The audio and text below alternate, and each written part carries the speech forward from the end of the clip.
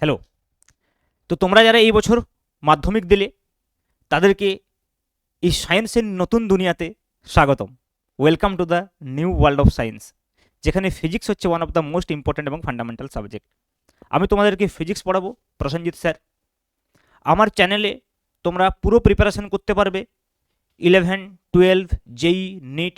এছাড়াও তোমরা যদি আমার কোর্সে অ্যাডমিশন নিতে চাও, আমার সঙ্গে যোগাযোগ করো হোয়াটসঅ্যাপ গ্রুপে। দেখো, আমি হোয়াটসঅ্যাপ গ্রুপের লিঙ্ক দিয়ে দিয়েছি, টেলিগ্রাম চ্যানেলের লিঙ্ক দিয়ে দিয়েছি, এবং তোমরা কিন্তু আমার যে অ্যাপসটা রয়েছে সেটাও ডাউনলোড করতে পারবে, তারও লিঙ্ক দেওয়া রয়েছে। যাই হোক, সেইগুলো আলাদা বিষয়, কিন্তু আজকে আমরা যেটা ডিসকাস করব সেটা হচ্ছে ফিজিক্সের সিলেবাসটা। এবং সিলেবাসটা ডিসকাস করার সঙ্গে সঙ্গে এটা জানা খুব জরুরি যে কিভাবে পড়াশোনাটা করতে হবে, কোন স্টেপ ওয়াইজ করতে হবে, কোন চ্যাপ্টারটা আগে পড়তে হবে, কোন চ্যাপ্টারটা পরে পড়তে হবে, যাতে করে বুঝতে সুবিধা হয়। তো সেই বিষয়গুলো নিয়ে আজকে আমি ডিসকাস করব, কারণ যেহেতু তোমাদের কাছে একদমই সাবজেক্টটি নতুন। তোমরা ক্লাস 10 বা 9 যেটুকু ফিজিক্স বা কেমিস্ট্রি পড়েছো সেটা কিন্তু একদমই এনাফ নয়। এখানে তোমাদেরকে প্রথম থেকে একদম শিখতে হবে। মানে তুমি ধরে নাও যে তুমি জিরো থেকে শিখবে। আমি ওই জন্য অনেক সময় বাচ্চাদেরকে বলি যে কেউ যদি আমাকে এইটা বলে যে আমি 9, 10 ফিজিক্যাল সায়েন্স কিছুই পড়িনি, তাকে আমি ফিজিক্স শেখাতে পারবো। কিন্তু কেউ যদি বলে স্যার আমি 9, 10 ম্যাথামেটিক্স কিছুই পড়িনি, তাকে আমি ফিজিক্স শেখাতে পারবো না। মানে ফিজিক্স শেখার জন্যে তোমার বেসিক ম্যাথামেটিক্সটুকু জানা দরকার, যেটা ক্লাস 9 এবং 10 ছিল। স্পেশালি অ্যালজেব্রা, ট্রিগনমেট্রি, জিওমেট্রি, এই যে বিষয়গুলো ছিল, এই বিষয়গুলো কিন্তু তোমার কিন্তু বেসিক আইডিয়া থাকা অত্যন্ত জরুরি। যদি তোমার মনে হচ্ছে যে এই জায়গাগুলোতে আমার বেসিক কনসেপ্টে কিছু প্রবলেম রয়েছে, সেগুলো একবার রিভাইজ করো এই 8-10 দিন সময়ের মধ্যে, শুরু করার আগে। ওকে, সময়টাই কিন্তু ওয়েস্ট একদমই করবে না। তো চলো আমরা এক এক করে সিলেবাসটা দেখবো, যেটা আমাদের ওয়েবসাইটে রয়েছে, West Bengal Council of Higher Secondary এডুকেশনের। ঠিক আছে? তো দেখো, প্রথমে তোমাদেরকে বলি যে তোমাদের দুটো সেমিস্টারে পরীক্ষা হবে, সেমিস্টার 1 এবং সেমিস্টার 2। সেমিস্টার 1-এ তোমাদের ফুল মার্কস থাকবে 35, ঠিক আছে, কোর্স থিওরিতে। এবং এই 35 মার্কস থাকবে তোমাদের এমসিকিউ। এবং এমসিকিউটা বিভিন্নভাবে থাকবে। কখনো বা তোমার অ্যাসার্শন রিজনিং টাইপের এমসিকিউ থাকবে, ডাইরেক্ট যে নর্মাল এমসিকিউ হয় সেই এমসিকিউ থাকবে। আবার তোমার ডান স্তম্ভ বাম স্তম্ভ থাকবে, ফিল ইন দ্য ব্ল্যাঙ্কস থাকবে, but everything will be in the form of MCQ. Okay, তো বুঝতেই পারছো, খুবই ইম্পর্টেন্ট, তোমাকে খুঁটি খুঁটি বিষয়গুলো পড়তে হবে, প্রত্যেকটা বিষয়কে বুঝতে হবে। ওকে, এবং একটা বেনিফিট রয়েছে সিলেবাসটায় এইভাবে করার জন্যে। আমরা যে আগামী দিনে জেই এবং নিট পরীক্ষাগুলো দিই, সেই পরীক্ষাগুলোতে কি হয়, এমসিকিউ কোয়েশ্চেন থাকে। কাজে এমসিকিউ প্যাটার্নের যে পরীক্ষার জন্য কিভাবে পড়াশোনা করতে হবে, সেই বিষয়টা কিন্তু তোমরা প্রথম থেকেই শিখে যাবে। ওকে, এবং ফিজিক্সের ক্ষেত্রে দেখো, ফিজিক্সের ক্ষেত্রে এমসিকিউ হোক বা ডেসক্রিপটিভ হোক, আমরা যে পড়াশোনাটা করি সেটা কিন্তু সাবজেক্টিভই হবে। এমন নয় যে তুমি কিছু এমসিকিউ প্র্যাকটিস করে নিয়ে পরীক্ষায় করে ফেলতে পারবে। তোমার যদি সাবজেক্ট নলেজ খুব ভালোভাবে না থাকে, তুমি যদি প্রত্যেকটা জিনিসকে খুঁটিয়ে খুঁটিয়ে না পড়ো, তাহলে তুমি যেমন সেমিস্টার এক্সামেও ভালো পারফর্ম করতে পারবে না, অ্যাট দ্য সেম টাইম তুমি কিন্তু যে কম্পিটিটিভ এক্সামগুলো রয়েছে সেগুলোতেও ভালো পারফরমেন্স করতে পারবে না। ওকে, তাহলে এই বিষয়টা তোমার ক্লিয়ার হলো যে আমার 35 নম্বরের কোয়েশ্চেন থাকবে, 35 নম্বরের কোয়েশ্চেন থাকবে, এমসিকিউ প্যাটার্নে পরীক্ষা হবে ফার্স্ট সেমিস্টার। তোমাদের টোটাল 10টা ইউনিট রয়েছে ক্লাস 11-এ।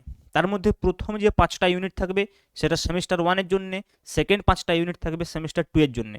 কিন্তু সেমিস্টার 1-এর যে প্রথম 5টা ইউনিট খুবই গুরুত্বপূর্ণ, কারণ হচ্ছে যে এই ইউনিটগুলো যেমন তোমার ফিজিক্সের বেসটাকে ক্লিয়ার করবে, at the same time NEET এবং জেই এই পরীক্ষাগুলোতে একটা মারাত্মক অ্যামাউন্টের বা বেশ বেশ ভালো অ্যামাউন্টের একটা কিন্তু ওয়েটেজ ক্যারি করে, মানে খুব বেশি কোয়েশ্চেন তুমি বলতে পারো কম্প্যারেটিভলি অন্য সেকশনগুলোর থেকে আসে। কাজে এটা খুবই ভালো করে পড়তে হবে। দেখো, প্রথম যে ইউনিট 1 খুবই সিম্পল এবং খুবই কম সিলেবাস রয়েছে ইউনিট 1-এ, যেটা হচ্ছে ফিজিক্যাল ওয়ার্ল্ড অ্যান্ড মেজারমেন্ট। দেখো, আমি আবারও বলছি, তোমরা এই সিলেবাসটার সঙ্গে ক্লাস 11-এর সিলেবাসটার সঙ্গে কিছু কিছু মিল পাবে, যেগুলো তোমরা ক্লাস 9-এ পড়েছো সেগুলোকে ইলাবোরেটলি, হ্যাঁ, প্রচুর এক্সপান্ড করে এখানে পড়ানো হবে, যেগুলো তোমরা একটু আধটু করে পড়েছিলে, মানে একদম বেসিক থেকেই পড়ানো হবে। ওই জন্য আমি বলি যে ওইখানে যদি তোমরা নাও পড়ো, তবু কিন্তু এখানে সব ক্লিয়ার হয়ে যাবে যদি তোমরা ম্যাথমেটিক্সটা একটু জানো। ওকে, তো দেখো, প্রথম ইউনিটে ফিজিক্যাল ওয়ার্ল্ড অ্যান্ড মেজারমেন্ট, মানে হচ্ছে যে একক এবং মাত্রা তোমরা পড়েছিলে, এবং তার সঙ্গে দেখো পরিমাপের পদ্ধতি এখানে একটু জুড়ে যাবে, যেগুলো প্র্যাকটিক্যাল বেশ কিছু বিষয় রয়েছে। ওকে, তো দেখো আমরা এখানে কী কী পড়বো, ফিজিক্স স্কোপ অ্যান্ড এক্সাইটমেন্ট, ফিজিক্সের স্কোপ কী রয়েছে, এক্সাইটমেন্ট কী রয়েছে, ন্যাচারের ল, নেচার অফ ফিজিক্যাল ল এর নেচার কীরকম, ফিজিক্স টেকনোলজি অ্যান্ড সোসাইটি। ওকে, সোসাইটিতে আমাদের ফিজিক্সের যে টেকনোলজি সেটা কীভাবে ইউজ হচ্ছে। যদি এই পার্টটা থেকে কোয়েশ্চেন তেমন আসে না, এটা বাস ইন্টারেস্ট পারপাসে দেওয়া হয়েছে। আসল জায়গাটা কোনখান থেকে শুরু হবে? নিড ফর মেজারমেন্ট, মেজারমেন্টের প্রয়োজনীয়তা কি, ইউনিটস অফ মেজারমেন্ট, মেজারমেন্টের যে ইউনিট সেগুলো কি, length, mass, time, measurement, accuracy and precision of measuring instrument. এই যে অ্যাকুরেসি অ্যান্ড প্রিসিশন, এই বিষয়গুলো কিন্তু তোমরা মাধ্যমিকের সময় পড়োনি, এখানে আমরা সেগুলো পড়বো। মানে এরর অ্যানালিসিস, যেটা আমরা প্র্যাকটিক্যালের সময় করে থাকি, rounding of and order of magnitude of and significant figures, dimension of physical quantity, dimension analysis and it's application. ঠিক আছে, তো একক এবং মাত্রা এবং তার সঙ্গে পরিমাপ এবং এরর অ্যানালিসিস, এই বিষয়টা কিন্তু আমরা প্রথম যে ইউনিটটা রয়েছে সেই ইউনিটটাই পড়বো। জাস্ট 3 মার্কস রয়েছে এই ইউনিটটা থেকে। ক্লিয়ার? সেকেন্ড দেখো, সেকেন্ড আমরা যে চ্যাপ্টারটা পড়ব, যে ইউনিটটা পড়বো, সেই ইউনিটটার নাম হচ্ছে কাইনামেটিক্স। কাইনামেটিক্সে মূলত দুটো চ্যাপ্টার রয়েছে, যেখানে আমার মার্কস রয়েছে টোটাল কত, 12 নম্বর রয়েছে, কিন্তু দুটো চ্যাপ্টার রয়েছে। একটা হচ্ছে motion in 1 dimension and 2 dimension, একটা মোশন ইন প্লেন, মানে তলে বস্তুর গতি, আর একটা হচ্ছে মোশন ইন 1 ডাইমেনশন, একমাত্রিক এবং দ্বিমাত্রিক গতি। যদিও মোশন ইন প্লেনটা দ্বিমাত্রিক গতিই বলা চলে।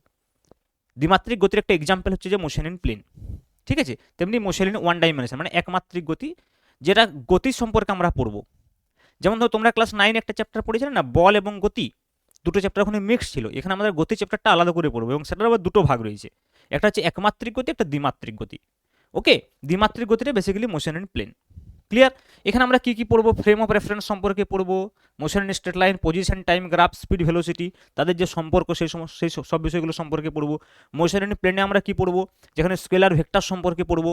ওকে, এবং এখানে আমরা বিশেষ করে এখানে যেটা রয়েছে মোশন বলতে প্রজেক্টাইল মোশন সম্পর্কে পড়বো, আর স্কেলার ভেক্টর সম্পর্কে পড়বো। ওকে, আমি আগে একটু বলে নিচ্ছি, তারপর তোমাদেরকে আরও ডিটেলসে আমি বোঝাবো যে কীভাবে পড়তে হবে। লজ অফ মোশন যদি আমরা বলি, দেখো লজ অফ মোশন, এটা হচ্ছে ইউনিট 3, যেটা 8 নম্বর রয়েছে। এগুলো কতগুলো ক্লাস আওয়ার্স, কত আওয়ার্সের ক্লাস নিতে হবে সেগুলো রয়েছে। ওকে, তো সেগুলো ইম্পর্টেন্ট নয়, মার্কসটা জানার প্রয়োজন। দেখো লজ অফ মোশনে Newton's first law, second law, third law, এইসব থাকবে। ঠিক আছে, law of conservation of linear momentum, equilibrium of forces, friction থাকবে এখানে, এবং সার্কুলার মোশন থাকবে।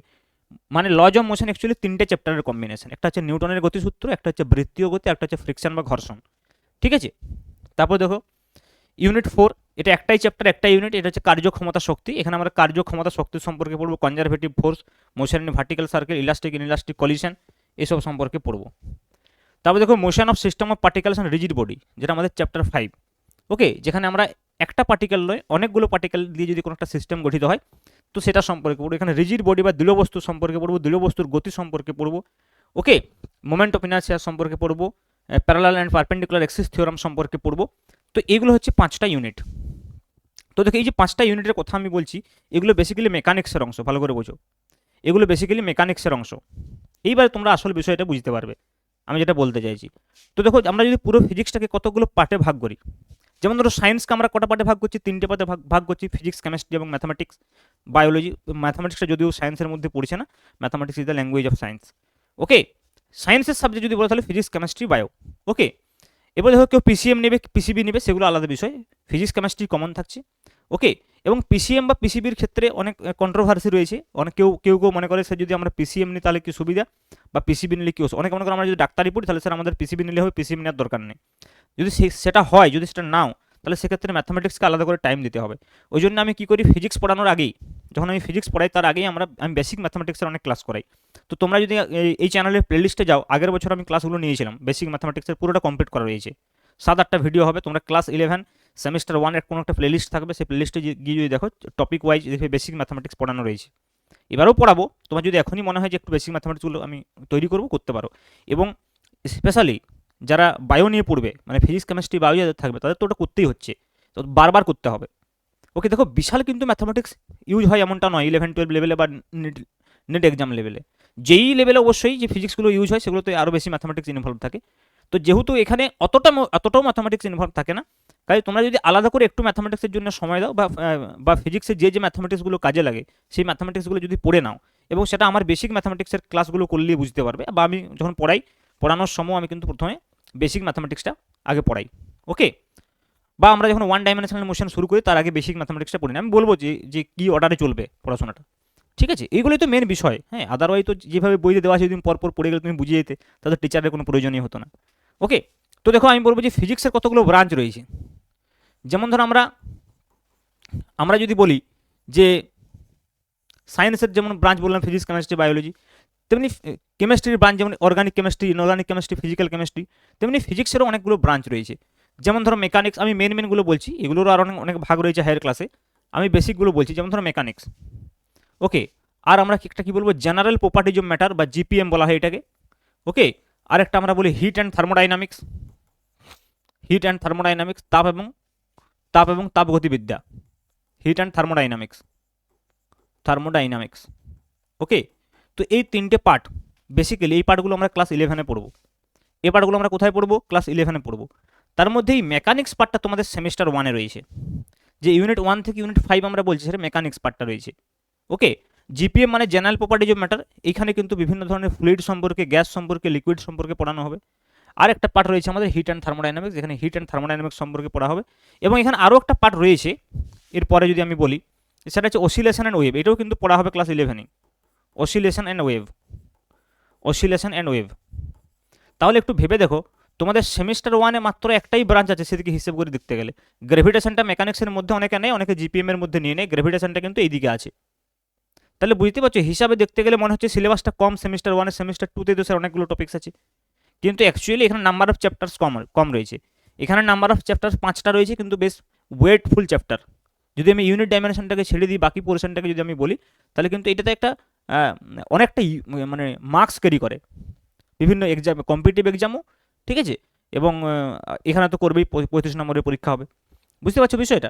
তাহলে দেখো, আমরা কিন্তু অ্যাকচুয়ালি কোন বিষয়টা পড়ছি? মেকানিক্স পড়ছি, ইউনিট মানে ফার্স্ট সেমিস্টারে শুধুমাত্র মেকানিক্স পড়ছি, ওকে। তো সেই মেকানিক্সটা যখন আমরা স্টার্ট করছি, তার আগে আমরা একটু ইউনিট ডাইমেনশন সম্পর্কে পড়ে নিয়েছি। তার আগে আমরা কী করেছি? ইউনিট ডাইমেনশন সম্পর্কে পড়ে নিয়েছি প্রথমে, কারণ ইউনিট ডাইমেনশন বুঝতে পারছো একটা বেসিক ফান্ডামেন্টাল বিষয়। ইউনিট ডাইমেনশন না জানলে তো তুমি ফিজিক্সের কোনো বিষয়ই পড়তে পারবে না। ফিজিক্সের একটা পার্টিকুলার ফিজিক্যাল কোয়ান্টিটির যে ইউনিট এবং ডাইমেনশন, সেটা জানা তো খুবই জরুরি, নাহলে তো মেজার করবে কী করে, সেটাকে প্রকাশ করবে কী করে। তাহলে কি প্রথম আমাদের এই ইউনিট অ্যান্ড ডাইমেনশন চ্যাপ্টারটা পড়া উচিত? হ্যাঁ, তুমি যদি চাও পড়তেই পারো। এই চ্যাপ্টারটা যদি কেউ প্রথমে পড়তে চায়, এই চ্যাপ্টারটা যদি কেউ প্রথমে পড়তে চায়, ইউনিট ডাইমেনশন, সে পড়তেই পারে, অসুবিধা কিছু নেই, প্রথমে পড়লে পড়তেই পারে। কিন্তু কিছু অসুবিধা হবে। কি অসুবিধা হবে না, যখন আমরা এই পার্টটাতে আসবো, বিশেষ করে এই accuracy and precision of measuring instrument, এবং এখানে একটা বিষয় থাকবে এরর ইন মেজারমেন্ট, এই জায়গাটা কিন্তু পড়তে অসুবিধা হবে। কেন অসুবিধা হবে?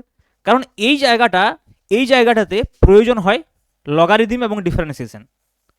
ম্যাথামেটিক্সের একটা বিষয় প্রয়োজন হয় লগারিদম, আর একটা বিষয় প্রয়োজন হয় ডিফারেন্সিয়েশন।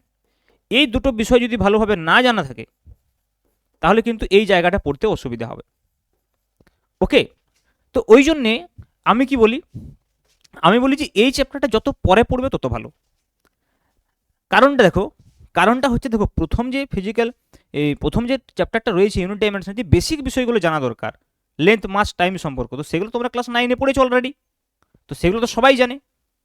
তো বেসিক যে ক্যালকুলেশন ইউনিট ডাইমেনশনের, সেগুলো তো সবাই জানে। তাহলে আমরা কি করব? দেখো, প্রত্যেকটা যখন নতুন চ্যাপ্টার, এক একটা চ্যাপ্টার যখন আমরা পড়বো, মনে করো সাপোজ আমি বলছি, আমরা যখন এই পরের চ্যাপ্টারটা পড়বো, ভালো করে বুঝো বিষয়টা আমি কি বলতে চাইছি।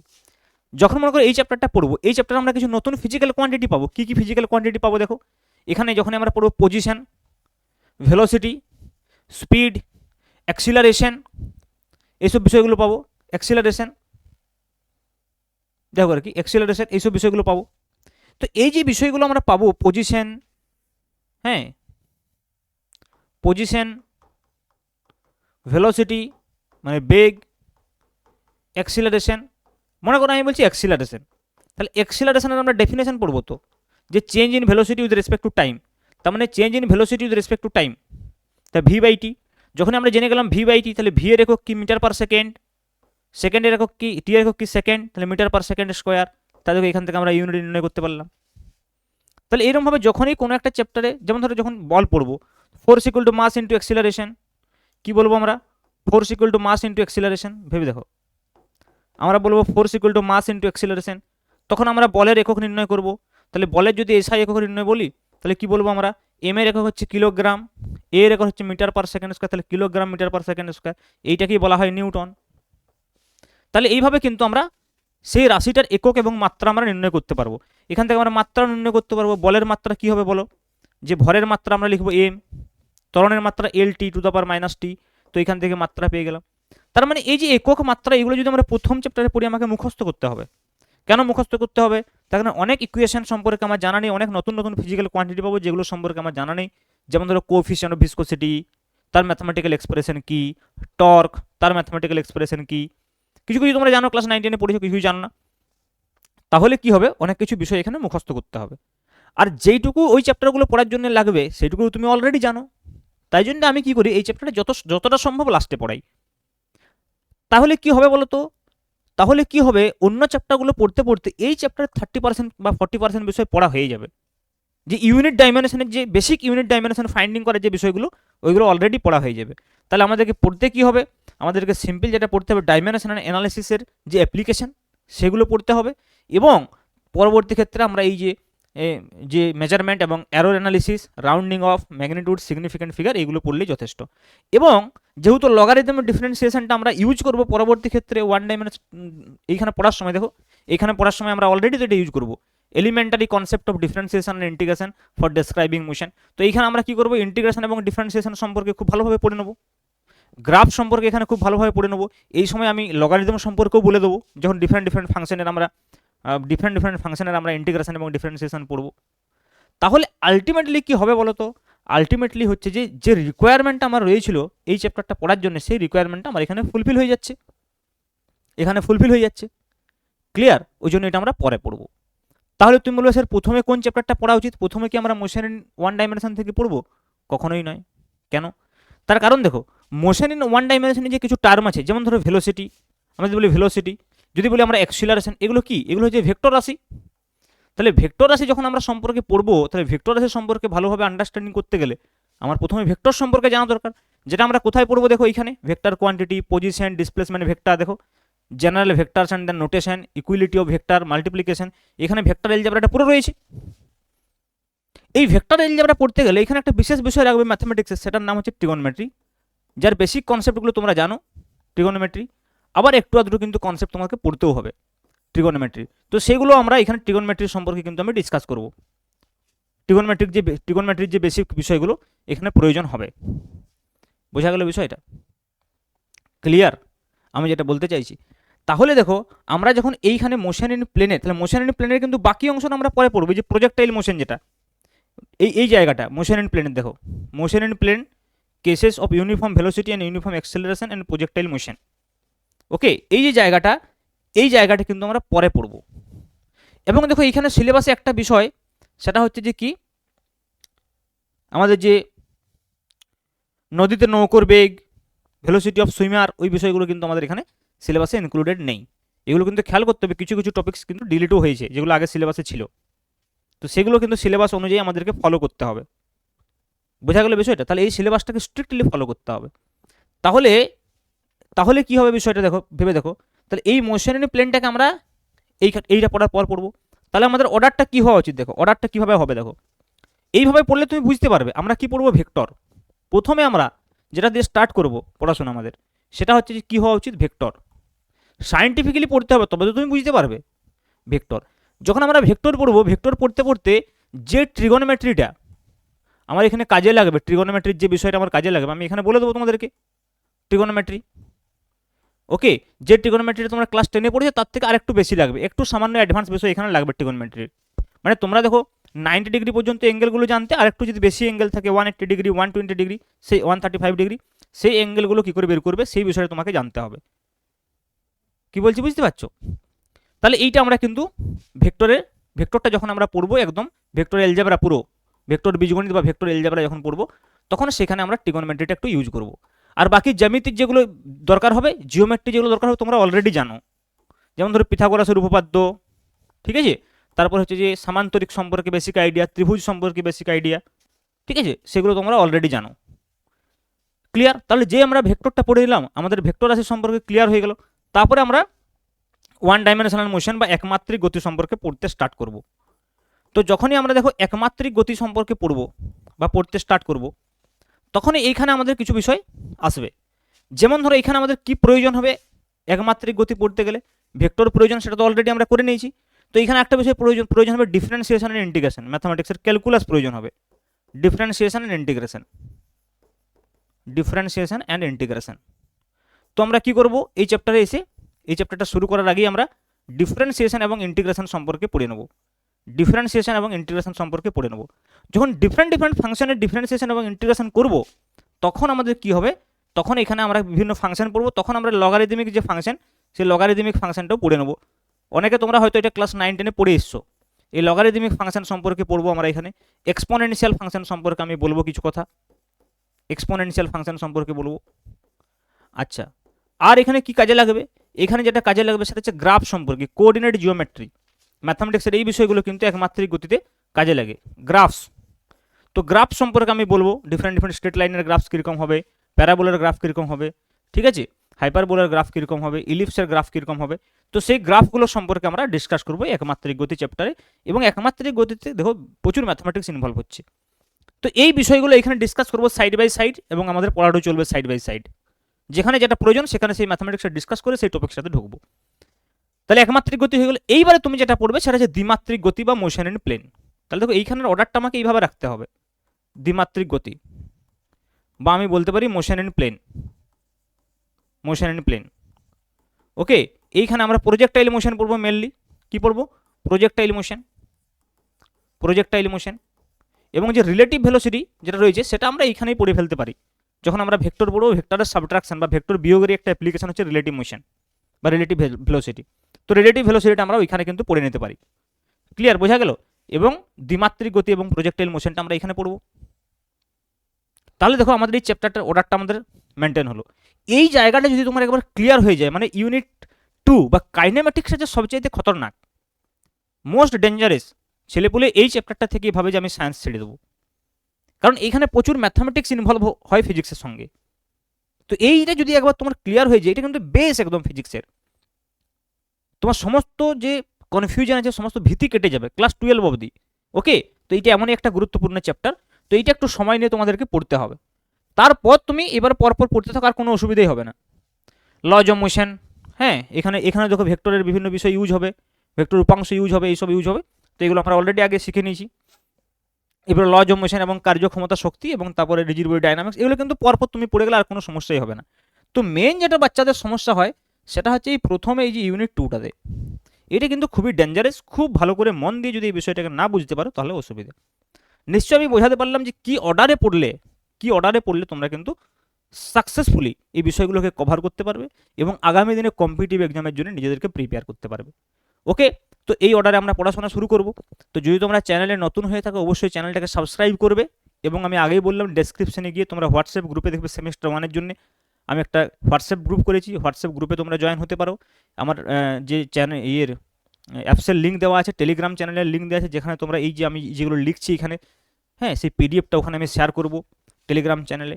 ওকে, আর বাকি তোমাদের যে কোর্স লঞ্চ সেমিস্টার 1-এর জন্য পেড কোর্স যদি লঞ্চ হয় তাহলে সেটা আমি তোমাদেরকে হোয়াটসঅ্যাপেই জানাবো, অথবা ইউটিউবেও তোমরা আমার কাছে পড়তে পারবে। এমন নেসেসারি নয় যে তোমাকে পেড কোর্সে জয়েন হতেই হবে বা পেড কোর্স যদি পেড কোর্স চালানোর সময় পাই তাহলে সেটা আমি ভেবে দেখবো, 1-2 সপ্তাহের মধ্যেই তোমাদেরকে সেই ইনফরমেশনটা দিয়ে দেবো। আদারওয়াইজ কিন্তু ইউটিউবে কিন্তু তোমরা ক্লাস পাবেই, পেড কোর্স লঞ্চ হোক বা না হোক। ওকে, ইউটিউবে কন্টিনিউয়াস ক্লাস তোমরা পাবে, কাজে চ্যানেলটা তোমরা অবশ্যই সাবস্ক্রাইব করবে। ওকে, আজকে এইটুকুই। Thank you very much.